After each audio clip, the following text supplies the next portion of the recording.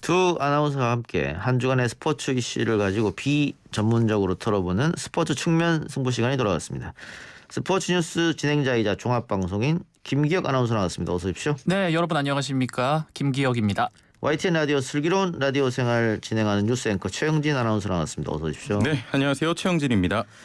예, 종합방송인 뭡니까? 뭐 이것저것 다 한다는 거죠. 예, 네. 돈만 되면 다 한다. 뭐 이런 의미도 될 수가 있고 예. 종합방송인 죄송합니다. 하고 싶은 건 많은데 뭐 아직 들어온 건 없다. 예, 이렇게 뭐 이해를 하시면 될 것 같습니다. 예. 네, 프리랜서를 선언했는데 예. 일은 없다. 그 선언한 거 자체를 모르시더라고요, 사람들이. 예. 이참에 우리 청취자분들, 제가 또 다른 종편에서 근무를 하다가 8년 동안 아나운서 생활을 하다가 나와서 지금 프리 생활을 하고 있습니다. 예. 네. 나오면 추운데. 네, 춥고 배고프고 외롭고 예. 네, 삶 고초를 다 겪고 있습니다. 예. 네. 아나운서들이 원 직장을 박차고 나오는 이유가 여러 가지 있습니다만 네. 잘 되는 사람은 그렇게 많지 않다. 나온 지 얼마 안 됐는데. 예. 하지만 또 제가 그 소속사와 계약을 한 상태이기 때문에 저의 어떤 그 미래를 점쳐서 저와 계약을 하지 않았나 뭐 예. 이렇게 생각을 합니다. 알겠습니다. 네. 제가 이 말씀 드린 이유는 최영진 아나운서는 그냥 있어라. 회사에. 가능성이 없어 보입니다. 있어라. 그냥 있는 게 낫다. 지금 요즘 청취율이 안 나와서 예. 그 슬라생 담당 PD인 그 이은지 PD가 이렇게 청취율 안 나온다고 놀려주면 정면 승부에서 예. 이동영 작가가 예. 나중에 오르지 않을까. 그래서 5분마다 한 번씩 좀 놀려달라고 그런 부탁을 하라고 하더라고요. 제가 봤을 때는요. 예. 청취율이 안 나오는 원인은 안 듣겠습니다. 아니 네. PD 탓이에요. PD입니까? 예. 아유 감사합니다. 청취율이 잘 나오면 진행자 탓이고 진행자 덕이고 안 나오면 PD 탓이고. 그럼 정면 승부는 이동영 작가. 최덕이죠. 예, 알겠습니다. 그렇죠. 예. 최덕으로 연일 YTN 상종가. 개국 사상 최고의 청취율을 지금 계속 깨뜨리고 있지 않습니까? 야, 멋집니다. 그런 프로그램에 저희가 지금 출연을 하고 있는 거예요. 이건 뭐 아나운서. 가문의 영광이죠. 그럼요. 예. 또 우리 도와주시면 다음 분기 청취율 조사 때는 조금 더 올라가지 않을까. 그럼요. 네. 저희 그러면 뭐 격주 말고 이렇게 매주 한 번씩은 안 됩니까? 매주 나오는 건 별로 도움이 안 될 것 같아요. 그렇군요. 격주로 나오는 알겠습니다. 게. 격주로 열심히 예, 하겠습니다. 이렇게 약간 뭔가 왜 안 나오지라는 생각이 들 때쯤 그렇죠. 나와야 예. 요게 저희는 도움이 됩니다. 예. 자, 그럼 본격적으로 오늘은 야구 이야기를 해볼 텐데요. 저도 깜짝 놀란 뉴스였습니다. 추신수 선수가 국내 프로야구로 복귀합니다. 예, 맞습니다. 신세계 이마트는 지난해까지 메이저리그에서 뛰었던 추신수의 영입에 성공한 것으로 알려졌습니다. 그러니까 어제 신세계 그룹과 추신수가 입단 계약을 맺었는데요. 야구계의 한 관계자에 따르면 추신수가 메이저리그 여러 팀으로부터 계약 제안을 받은 상태다. 그러나 고민 끝에 국내 복귀를 결심했다고 전했습니다. 일단 추신수 선수는 부산고를 졸업한 뒤에 2001년 미국으로 향했습니다. 그래서 추신수 선수는 이 아메리칸 드림을 꿈꾸고 있던 많은 선수들 중에서 성공적으로 메이저리그에 안착을 해서 20년 만에 한국으로 돌아오게 되는 겁니다. 추신수 선수 내일 인천공항으로 귀국을 하는데 공항에서 기자회견을 갖고 또 2주간의 자가격리 후에 선수단에 합류할 예정이라고 합니다. 예. 근데 신세계 그룹이 그 야구 팀 명을 아직 정하지 않았죠? 예, 아직 정하지는 않았습니다. 예. 네. 자, 추신 선수가 부산 출신이고 박정태 선수의 조카이기도 하기 때문에 예. 롯데 팬들은 좀 아쉽겠어요? 제가 특히 아쉽죠. 예. 롯데 팬으로서는 아쉬운데 SK가 지난 2007년 해외파 특별 지명에서 1순위로 추신수를 선택을 했습니다. 추신수 선수가 국내 복귀하면 SK가 우선 지명권을 갖게 됐죠. 그래서 SK 그 신세계가 지금 되지 않았습니까? 예. 현역 메이저리그를 영입한 이마트는 전력 상승 효과 외에도 추신수를 앞세운 스타 마케팅이 가능해졌고 신선한 정보 하나 알려드릴까요? 예. 추신수 영입 작전이 나흘 만에 진행이 됐다고 합니다. 예. 나흘 만에 일사천리로 좀 이루어졌다고 하고 최종 계약 직전에 가족들을 모아서 나 한국 가고 싶다. 설득을 했다고 해요. 굉장히 신선하죠? 예, 그거 추신수라고 세 글자 치면 나오는 내용 아닌가요? 예, 죄송합니다. 예. 예. 그래요. 알겠습니다. 예. 검색하느라 고생 많으셨네요. 예. 근데 뭐 가족들은 반대했을 수 있었을 것 같아요. 계속해서 미국 특히 그렇죠. 아이들이 예, 아이들이. 예, 미국에서 자랐기 때문에 예. 그렇죠. 예. 한국으로 롤백한다는 게 쉬운 일이 아니었는데 근데 뭐 박찬호 선수도 그렇고 마지막은 국내에서 뛰고 싶다 이 생각했던 것 같고 네. 뒤에 나온지 모르겠는데 연봉 이야기가 뒤에 나오나요 혹시? 예, 연봉 예, 뒤에 이야기도 있습니다. 있습니다. 예, 그럼 뒤에 가서 하도록 하고요. 예. 네. 제가 원래 대본을 안 보거든요. 제 마음대로 진행하기 때문에. 예. 그래서 약간 두려운 것도 있어요. 그래서 또 그만큼 또 청취율이 오르는 거 아니겠습니까? 아, 그렇죠. 그럼요. 예. 네.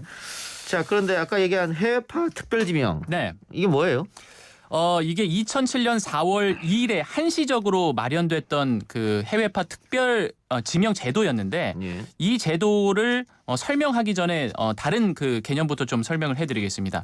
해외파 복귀 2년 유예 제도가 먼저 만들어졌었어요. 이게 뭐냐면 이게 1998년에 이 제도가 만들어졌는데 박찬호 선수가 당시에 이제 등장을 하고 나서 메이저리그가 대한민국 야구에 관심을 갖기 시작했단 말이죠. 예. 그래서 막 선수들을 스카우트 하려고 하니까 이때 당시에 아마추어 유망주들이 이제 막 무분별하게 해외 진출을 하는 것을 막기 위해서 방금 말씀드렸던 해외파 복귀 2년 유예 제도를 만들었거든요. 예. 그러니까 이 제도는 해외 진출했던 선수들이 국내 복귀를 원할 경우에 최종 소속팀과의 계약이 완전히 종료된 시점으로부터 2년 동안의 유예 기간을 거쳐야 된다는 겁니다. 그럼 뛰지 말란 말입니까? 그렇죠. 2년 동안은 KBO에서 경기를 뛸 수가 없다는. 이게 너무 가혹한데요, 그거는. 그렇죠. 그래서 만들어진 게 이 해외파 특별 지명이었습니다. 그러니까 이 A급 유망주들이 주로 이제 메이저리그, 마이너리그를 이렇게 거치게 된단 말이죠. 해외로 진출을 추진하는데 이 선수들이 다 성공을 거둔 건 아닙니다. 정말로 메이저리그에 잘 안착한 선수들은 손에 꼽히기 때문에 이런 선수들이 해외에 나갔다가 금방 복귀를 하는 경우가 있습니다. 예. 그런데 이 유망주들이 2년의 시간을 가져야 되는 거죠. 이렇게 되면 이제 경기력이라든지 어떤 경기 감각 같은 것들이 많이 떨어져 있는 상태에서 KBO에서 뛰게 되는 겁니다. 그렇게 되면 이제 야구의 발전에도 좋지 않잖아요. 그래서 이 선수들을 구제를 하고 또 국내 프로야구의 발전을 위해서 도입한 게 해외파 특별 지명입니다. 예, 그래서 당시에 이러한 조건에 해당되는 선수 중에서 추신수 선수가 있었고요. 그때 당시 SK 와이번스가 추신수 선수를 지명을 했었습니다. 이러한 이유 때문에 지금의 이 신세계와 자연스럽게 계약을 맺게 된 거죠. 자, 최 아나운서, 다른 팀들도 그러면 지명한 사람도 있었을 것 같은데요? 그렇죠. 일단은 대부분 광주와 부산 출신이기 때문에 고향팀인 기아와 롯데는 우선 지명권을 행사해서 최희섭, 송승준을 지명하고 바로 그 해에 계약을 했고요. LG는 유재국, 두산은 이승학, 삼성은 최태인, 그리고 당시 현대 유니콘스 김병현을 지명했습니다. 현대 유니콘스의 후신인 넥센은 김병현과 2020년에 계약을 맺었죠. 예.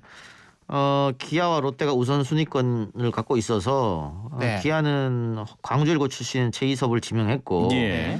롯데는 경남고 출신 송승준을 지명했는데 네. 그러면 그때 롯데가 추신수를 지명했으면? 만약에 그랬다면은 롯데로 가게 되죠. 예. 예, 롯데와 그렇죠. 자연스럽게. 롯데에서 뛰는 거죠. 예. 예. 그런데 그때 롯데의 선택은 송승준이었다. 그렇습니다. 네. 왜냐하면 추신수가 언제 들어올지 모르니까. 맞아요. 송승준은 지금 바로 올 테고. 네, 2007년에 이제 추신수 선수가 메이저리그에 거의 이제 성공적으로 안착했다라고 보는 시기였기 때문에 사실 돌아오지 않는다라는 그런 여론이 셌기 때문에 롯데와 기아가 굳이 뭐 고를 필요는 없었죠. 근데 롯데가 과거에 류현진을 선택할 권리가 있었었는데 나승현 선수를 선택했었거든요. 롯데의 선택이 지금 롯데 팬들 아직도 그때 얘기합니다. 예, 알겠습니다. 자, 그러면 연봉 얘기 해보죠. 네, 연봉이 일단 결론적으로 말씀드리자면 27억 원입니다. 국내 최고 기록을 경신한 건데요. 지금까지 연봉 1위는 지금까지 얘기했던 우리 롯데자이언츠의 이대호 선수가 25억 원입니다. 여기서 2억이 넘는 금액이고 일단 국내에서는 최고 수준이에요. 그런데 뭐 사실 추신수 선수가 메이저리그에서 뛰었던 그 돈을 생각하면은 좀 적은 거죠. 그러니까 텍사스 레인저스에서 2,100만 달러, 우리 돈으로 252억 원을 받았었거든요. 연봉으로? 그렇죠. 예. 당시에 1억 7천만 달러의 예, 7년 동안 계약을 1억 3천만 달러입니다. 예. 예. 이게 1,450억 원에 7년 동안 계약을 했었기 때문에 연봉으로 따지면 252억 원이 되는 거고요. 일단 뭐 해외에서 뛰는 선수 토론토 블루제이스의 류현진 선수가 240억 그리고 세인트루이스 김광현 선수가 48억을 받고 있습니다. 일단 뭐 국내에선 최고 기록이지만 해외에서 뛰던 그 연봉과는 좀 차이가 난다라는 예. 점을 말씀드리고 싶었습니다. 예. 네. 그런데 이게 27억 원을 계약은 했습니다만 이 가운데 어느 정도를 또 사회에 환원한다 또 이런 얘기도 있던데요. 예, 맞습니다. 박찬호 선수가 예전에 국내 복귀해서 이런 선행을 좀 보여줬었는데 추신수 선수도 마찬가지로 연봉 27억 원 중에서 10억 원은 사회공헌 활동에 사용하기로 했다고 합니다. 이게 쉬운 일이 아닌데. 그렇죠. 이게 뭐 3분의 1 정도의 연봉을 사회에 환원한다. 이거 김 아나운서 같으면 할 수 있겠습니까? 일단은 건물을 매입하겠죠. 예. 그러고 나서 남은 돈으로 좀 생각하지 않을까 좀 생각을 해봅니다. 아니 왜냐면 아무리 내 재산이 많다고 하더라도 네. 그래도 돈 아까운 거거든요. 그렇죠. 그럼요, 그럼요. 예. 아무리 많이 벌어도 더 벌고 싶고. 그럼요. 그런데 10억이라는 돈을 사회에 환원하겠다 쉽지 않은 선택인데 잠깐 얘기했습니다만 박찬호 선수도 또 그렇게 했어요. 그럼요. 2012년 하나이글스로 복귀한 박찬호는 연봉도 좀 파격적이었습니다. 많았다가 아니라 당시 KBO 최저 연봉이 2,400만 원에 계약을 했는데요. 구단에서 책정한 연봉 6억 원은 유소년 아마야구 발전기금으로 기부했고요. 예. 박찬호 선수는 영원에 좀 계약을 하려고 했는데 규정상 불가능합니다. 예. 무보수는 안 된다. 예. 최저 연봉 2,400만 원에 계약을 했고요. 결국 이 금액까지 더해서 총 6억 2,400만 원을 기부했고 이 발전 기금은 실제로 유소년 사회인 야구장 건립에 또 사용되기도 했습니다. 예. 명예롭게 마지막에 한국에서 뛰면서 은퇴하고 싶다 뭐 이런 생각인 것 같았습니다. 예, 예. 그렇죠. 예. 박찬호 선수의 그 마지막 성적은 어땠습니까? 예, 마지막 성적 딱 1년 동안 한화 이글스에서 뛰었는데 5승 10패 평자점 5.06이었습니다. 그러니까 부진했다고 좀 말씀을 드리고 예. 싶은데 2012년 당시 한화 이글스의 김태균 그리고 류현진, 박찬호 선수가 함께 했거든요.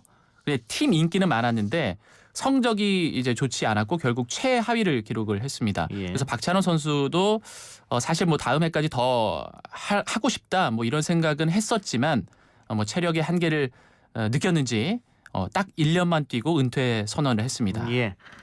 자, 우리 최 아나운서가 또 롯데 팬이니까 일단 신세계랑 계약을 하고 뭐 차후에 롯데랑 또 다시 계약할 가능성이 있는 거 아니에요? 가능성은 있어요. 예. 1년 뛰고 이후에 트레이드는 가능하거든요. 예. 근데 이게 유통 라이벌입니다. 롯데와 신세계. 그러니까 메시가 레알 가는 거예요. 이거는. 일단은 그 신세계에서는 트레이드 가능성은 열려 있지만 그 롯데 쪽으로 가지 않는 그런 조건도 또 걸었다고 합니다. 일단은 거듭 말씀드리지만 좀 거대 유통 라이벌이기도 해요. 야구를 예. 떠나서. 예. 그래서 롯데 갈 가능성은 저는 전혀 없다고 봅니다. 그런데 뭐 박찬호 선수처럼 뭐 고국에 그것도 고향팀에서 뛰어보는 게 또 선수로서는 꿈을기도 하긴 할 텐데. 그렇죠. 예. 롯데 가고 싶다고 많이 그랬긴 했는데 안 보내줄 거예요. 이 메시가 레알에서 뛰는 거랑 같다니까요. 예. 알겠습니다. 자, 하나 더 살펴보고 마치도록 하죠. 오늘 예. 갑자기 터져 나온 건데 최근 스포츠계에서 학폭 논란이 시끄럽습니다. 그런데 오늘은 유명 축구 선수 현직도 있고 은퇴한 선수도 있습니다.